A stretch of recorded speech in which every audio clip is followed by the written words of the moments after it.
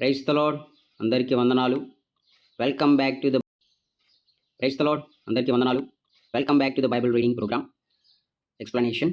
ఈరోజు మనం చూడాల్సిన అధ్యాయం Genesis 10 chapter 10, the book of Genesis chapter 10, ఆదికాండం 10వ అధ్యాయం. సో దేవుడు ఇంతవరకు 9 అధ్యాయాలు కంప్లీట్ చేయడానికి ఇచ్చిన కృపను బట్టి దేవునికి కృతజ్ఞతాస్తుతులు తెలియజేస్తున్నాం. సో ఈరోజు మనం ఆదికాండం 10వ అధ్యాయంలో భాగంగా మనం ఏం చూసుకుంటామంటే నోవాహు కుమారుల సంతతి. నోవా కుమారులు ఉన్నారు కదా, షేము, హాము, యాపేతు. వాళ్ళు షేము, హాము, యాపేతు వాళ్ళ యొక్క వంశావళి గురించి మనం నేర్చుకుంటాం ఈ అధ్యాయంలో. మర్చిపోకండి, read the Bible everyday. Let's start our programme. Noah కుమారుల సంతతి, వాళ్ళ యొక్క వంశావళి గురించి మనం తెలుసుకుంటాం. మొదటి వచనం, ఇది నోవా కుమారులకు షేము, హాము, యాపేతును వారి వంశావళి. జల ప్రళయము తరువాత వారికి కుమారులు పుట్టి. సో ఈ వచనం ఏం తెలియజేస్తుందంటే, నోవా కుమారులు ఎవరు? షేము, హాము, యాపేతు అని ముగ్గురు ఉన్నారు కదా. ఈ ముగ్గురుకు పుట్టిన సంతానం గురించి ఈ అధ్యాయంలో మనం చూస్తాం. వారి వంశావళి గురించి మనం చూస్తాం. ఇది ఎప్పుడు జరిగిందంటే జలప్రళయం జరిగిన తర్వాత వారికి కుమారులు పుట్టారు. దాని గురించి మనం నేర్చుకుంటాం. నెక్స్ట్, యాపేతు కుమారులు గోమెరు, మాగోగు, మాదయి, యావాను, తుబాలు, మెషకు, తెరసు అనువారు. సో ఇక్కడ యాపేతు కుమారుల గురించి రాయడం జరిగింది. యాపేతు కుమారులు ఎవరు? గోమెరు, మాగోగు, మాదయి, యావాను, తుబాలు, మెషకు, తీరసు అనువారు యాపేతు కుమారులుగా మనం చూడొచ్చు. నెక్స్ట్ వచనం, గోమెరు కుమారులు. ఇక్కడ గోమెరు కుమారుల గురించి ఇచ్చారు. Ashkenaz, Riphath, తోగర్మ అనువారు. ఈ తోగర్మ, రీఫతు, అష్కనజు ఎవరు కుమారులు అంటే గోమెరు కుమారులు. యావాను కుమారుల గురించి ఇక్కడ ఇచ్చారు. యావానుకు పుట్టిన కుమారులు ఎవరు అనేది మనం చూసినట్లయితే ఏలీషా, తర్షీషు, కిత్తీము, దాదోనీము అనువారు. మరొకసారి చదువుతున్నానండి. ఏలీషా, తర్షీషు, కిత్తీము, దాదోనీము అనువారు ఎవరు కుమారులు? యావాను కుమారులు. నెక్స్ట్ వచనం, వీరి నుండి సముద్రపు తీరమందుండిన జనములు వ్యాపించెను. వారి వారి జాతుల ప్రకారము, వారి వారి భాషల ప్రకారము, వారి వారి వంశముల ప్రకారము ఆయా దేశములలో వారు వేరైపోయి. సో ఇక్కడ మనం మెయిన్గా గుర్తుపెట్టుకోవాల్సిన విషయం ఏంటంటే, సముద్ర తీరమునందలి ఉన్న జనములు ఉన్నారు కదా. ఇప్పుడు ఫర్ ఎగ్జాంపుల్ సముద్ర తీర ప్రాంతాల్లో మనం చూసినట్లయితే ఆంధ్రప్రదేశ్, తర్వాత గోవా, మహారాష్ట్ర, కర్ణాటక, కేరళ సముద్ర తీర ప్రాంతాలు, ఇలా భారతదేశం ఉంటుంది కదా. ఇలా భారతదేశం ఉన్నప్పుడు హిందూ మహాసముద్రం భారతదేశం ఇలా ఉంటుంది కదా. ఇలా భారతదేశం ఉంది, ఇక్కడ శ్రీలంక ఉంటుంది కదా. ఈ సముద్రం తీర ప్రాంతాల్లో నివసించే, ఇది అరేబియా సముద్రం, ఇది బంగాళాఖాత సముద్రం తీర ప్రాంతాల్లో నివసించే ప్రతి ఒక్కరు కూడా ఎవరి సంతానం అంటే ఇక్కడ ఉన్న యావాను, తుబాలు, మెషకు, తీరసు వారి సంతానం. ఎవరు? సముద్ర తీరమునందలి వీరి నుండి సముద్ర తీరమందుండిన జనములు వ్యాపించిన యావాను కుమారులే సముద్ర తీరం నుండి వ్యాపించిన సంతానంగా మనం చూస్తాం ఫ్రెండ్స్. వారి వారి జాతుల ప్రకారం, వారి వారి భాషల ప్రకారం, వారి వారి వంశంలో ప్రకారం ఆ దేశంలో వారు వేరైపోయి ఉన్నట్టుగా మనం చూస్తాం ఫ్రెండ్స్. సో నెక్స్ట్, హాము కుమారులు కూషు, మిశ్రాయము, పూతు, కనాను అనువారు. ఇక హాము కుమారులు మనం చూసినట్లయితే ఎవరంటే కూషు అనే వ్యక్తి, మిశ్రాయము అనే వ్యక్తి, పూతు అనే వ్యక్తి, కనాను అను వారు ఉన్నారు హాము కుమారులు. ఈ కూషు కుమారులు ఇక్కడ కూషు కుమారులు ఇచ్చారు, ఇక్కడ హాము కుమారులు ఇచ్చారు. హాముకు పుట్టిన కూషు యొక్క కుమారులు కూడా ఇక్కడ ఇవ్వడం జరిగింది. వాళ్ళ సంతానం కూడా, వాళ్ళ వంశావళి గురించి కూడా ఇక్కడ రాయడం జరిగింది, గుర్తుపెట్టుకోవాలి. సో హవీలా, సబ్దా, రాయామ, సబ్తాక అనువారు కూడా కూషు కుమారులుగా మనం చూస్తాం. ఇక రాయామ కుమారులు ఇచ్చారు. ఇక్కడ రాయామ కుమారులు ఏమంటే షేబ, దదాను అనువారు. ఇద్దరు పేర్లు కూడా బైబిల్లో రాయబడి ఉన్నది. సో నెక్స్ట్ వచ్చిన, కూషు నిమ్రోదును కనెను. ఇక్కడ వెరీ వెరీ ఇంపార్టెంట్, గుర్తుపెట్టుకోవడానికి ప్రయత్నం చేయండి.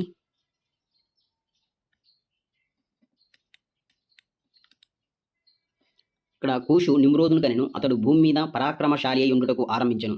అతడు యెహోవా ఎదుట పరాక్రమం గల వేటగాడు. కాబట్టి యెహోవా ఎదుట పరాక్రమం గల వేటగాడైన నిమ్రోదు వలె అను లోకోక్తి గలదు. సో ఈ వచనంలో మనం ఏం చూస్తామంటే, కూషుకు పుట్టిన వాడు ఒకడు ఉన్నాడు, ఆయన పేరే నిమ్రోదు. సో ఈ నిమ్రోదు ఎవరంటే వేటగాడు. అలాంటి వేటగాడు అంటే పరాక్రమం గల వేటగాడు. ఆయనకంటే ఇంకా ఎక్కువ వేటాడే వ్యక్తి లేనట్టుగా మనం చూస్తాం. పరాక్రమం గలవాడు అంటే ఆయన గొప్ప వేటగాడుగా పేరు పొందాడు. అందుకని ఒక లోకోక్తి అంటే ఏంటి? నానుడి అంటే సూక్తి లాంటిది, లోకోక్తి జాతీయం లాంటిది కూడా ఈయన పేరు మీద ఉంది. ఏంటి ఆ లోకోక్తి, ఆ నానుడి ఏంటంటే, యెహోవా ఎదుట పరాక్రమం గల వేటగాడైన నిమ్రోదు వలె అని లోకోక్తి ఉన్నది అని నానుడు కూడా ఇతని పేరు మీదుగా ఉన్నట్లు మనం చూస్తాం. భూమి మీదే పరాక్రమశాలి అని ఆయనకి బిరుదు. ఎవరికి?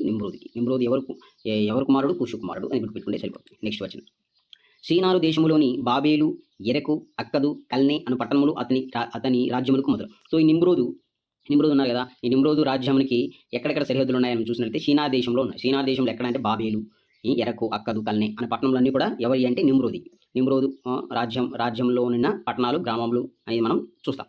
నెక్స్ట్ వచనం, ఆ దేశం నుండి అషూరుకు బయలుదేరి వెళ్ళి అష్షూరుకు బయలుదేరి వెళ్ళి నీనివే యోనా గ్రంథంలో కనబడే మహాపట్టణం. ఈ మహాపట్టణాన్ని ఎవరు కట్టించారంటే నిమ్రోద్ కాలంలో ఉన్నది అనేది మనం అర్థం చేసుకోవచ్చు. నీనివే అంటే తర్వాత రహోబోతీరును కాలహును నీనివేకిను కాలాహునుకు మధ్యనున్న రెసనను కట్టించును. ఇదే మహాపట్టణము, ఇదే ఆ మహాపట్టణము. ఇక్కడ మహాపట్టణం ఉంది అంటే సిటీ పెద్దదనమాట. ఆ పెద్ద పట్టణం ఏంటంటే చూడండి రెసెన్. ఇది దేని మధ్య ఉంది? నీనివేకు కాలాహునుకు మధ్యన ఉంది. ఈ నీనివే కాలాహునుకు ఏ దారిలో ఉన్నదంటే అష్షూరుకు వెళ్ళే దారిలో నీనివేకును రాహోబోతీరునుకు కాలాహునుకు మధ్యలో ఒక పట్టణం ఉంది. ఆ పట్టణం పేరే రెసెను. ఆ పట్టణం ఎలాంటి పట్టణం అంటే మహాపట్టణము. దీన్ని ఎవరు కట్టించారంటే నిమ్రోదు కాలంలో ఉన్న మహాపట్టణం అది. సో అది మనం గుర్తుపెట్టుకోవాలి. నెక్స్ట్ మిస్రాయిము లూదీయులను, అనామీయులను, లెహాబీయులను, నఫ్తుహీయులను, తర్వాత పత్రుసీయులను, కస్లూహీయులను, కప్తోరీయులను కనెను. ఎవరు? మిస్రాయిం ఎవరిని కన్నాడు? లూతీయులు, అనానిమీయులు, లెహాబీమీయులు, నఫ్తూహీయులు, పుత్రసీయులను, కస్లుహీయులను, తర్వాత కప్తోరీయులను కనెను. ఎవరు కన్నారంటే మిస్రాయిం. ఫిలిస్తీయులు కస్లుహీయుల నుండి వచ్చినవారు. ఈ ఫిలిస్తీయులు ఎవరు? ఇక్కడ మనకు కనబడుతుంది. ఈ ఫిలిస్తీయులు మళ్ళీ మనం సమూయేలు గ్రంథం డేవిడ్ స్టోరీస్ నేర్చుకునేటప్పుడు దావీదు గురించి నేర్చుకునేటప్పుడు ఈ ఫిలిస్తీయులు కనబడతారు. ఈ ఫిలిస్తీయులు ఎక్కడ నుండి వచ్చారంటే కస్లుహీయుల నుండి వచ్చారు. ఈ కస్లుహీయులు ఎవరు? మిస్రాయి సంతానం. మిస్రాయి ఎవరు? అంతా ఒకదానితో ఒకటి లింకప్ అయి ఉంటుంది. వీళ్ళందరూ హాము, షేము, యాపేతు కుమారులే అనేది మనం గుర్తుపెట్టుకోవాలి ఫ్రెండ్స్. సో ఫిలిస్తీయుల గురించి మనం నేర్చుకుంటాం కదా. ఈ ఫిలిస్తీయులు ఎవరంటే ఎవరు? కస్లుహీయుల నుండి వచ్చిన వారని గుర్తుపెట్టుకోండి. ఫిలిస్తీయులు ఎవరు? కస్లుహీయుల నుండి వచ్చినారు. కస్లుహీయులు ఎవరంటే మిస్రాయి నుండి వచ్చినారు. సో ఓకేనా ఫ్రెండ్స్? Okay right. నిమ్రోదు నుండి వీళ్ళు వచ్చారు. నిమ్రోదు ఎవరు? కూషు నుండి వచ్చారు. కూషు ఎవరు? హాము కదా. హాము నుండి కదా కూషు. హాము ఎవరు? నోవా కుమారుడు. సో నోవా కుమారులే వీళ్ళందరూ మనం అందరం అనేది మనం గుర్తుపెట్టుకోవాలి. సో నెక్స్ట్ కనాను తన ప్రథమ కుమారుడు సీదోనును, హేతూనును, తర్వాత యెబూసీయులను, అమోరీయులను, గిర్కాషీయులను, హివ్వీయులను, అర్కీయులను, సినీయులను, తర్వాత అర్వాదీయులను, సెమారీయులను, హమాతీయులను కనెను. తర్వాత కనానీయుల వంశములు వ్యాపించింది. ఈ అందరూ కనానీ దేశం అంటే కనానీయుల వంశములు. వీళ్ళందరూ ఎవరంటే కనానీయుల వంశములు. ప్రథమ సంతతి. వీళ్ళందరూ ప్రథమ సంతతి. ఎవరికి? కనానికి. కనాని తండ్రి ఎవరు? హామ్ కదా. కనాను కుమారుడు. కనాని యొక్క తండ్రి ఎవరు? హామ్ ఎవరు? నోవా కుమారుడు. అలా గుర్తుపెట్టుకోవాలి. సో కనానీయుల సరిహద్దు సీదోన్ నుండి గెరారుకు వెళ్ళు మార్గంలో గాజా వరకును, సొదమ, గొమర్రా, అద్మా, సెబోయిములకు వెళ్ళు మార్గంలో లాషా వరకు ఉన్నది. సో ఇక్కడ చూడండి కనానీయుల సరిహద్దు ఎక్కడి నుంచి వచ్చిందంటే ఈ కనానీయులు ఎవరు? హాము ఎవరు? శపించబడినవాడు. ఓకేనా.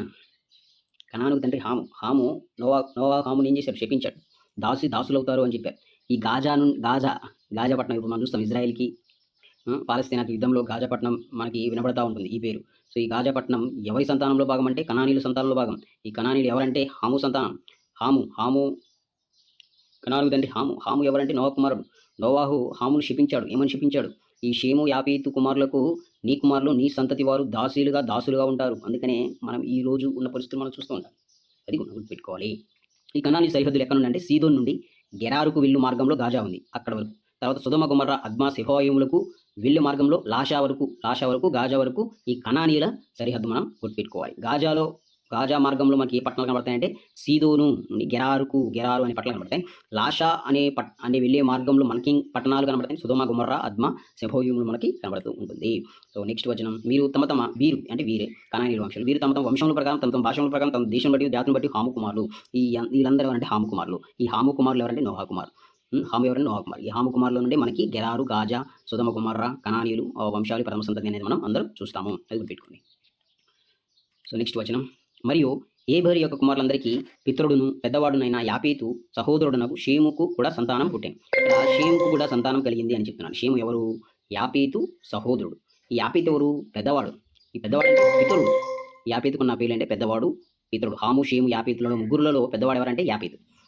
తర్వాత ఏబేరు కుమారులందరికీ పితరుడు ఎవరంటే యాపేతు.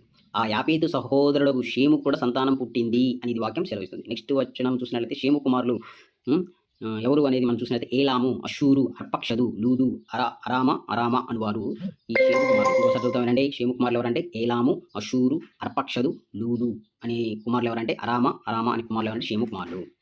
నెక్స్ట్ అరాము కుమారులు ఊజు, హూలు, గెతెరు, మాషా అనువారు. ఎవరు? అరాము కుమారులు కూడా ఇచ్చారు ఇక్కడ. అరాము ఎవరు? షేము కుమారుడు.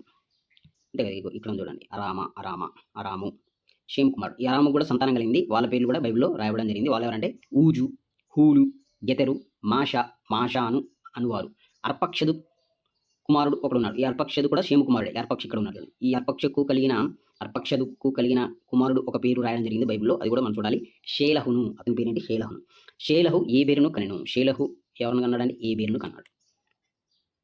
సో ఇది ఏబేరు యొక్క వంశావళి. ఇంకా మనం వచనం చూసినట్లయితే ఏబేరుకు ఇద్దరు కుమారులు పుట్టారు. ఏబేరు కూడా ఇద్దరు కుమారులు పుట్టారు. వారిలో ఒకని పేరు పెలగు.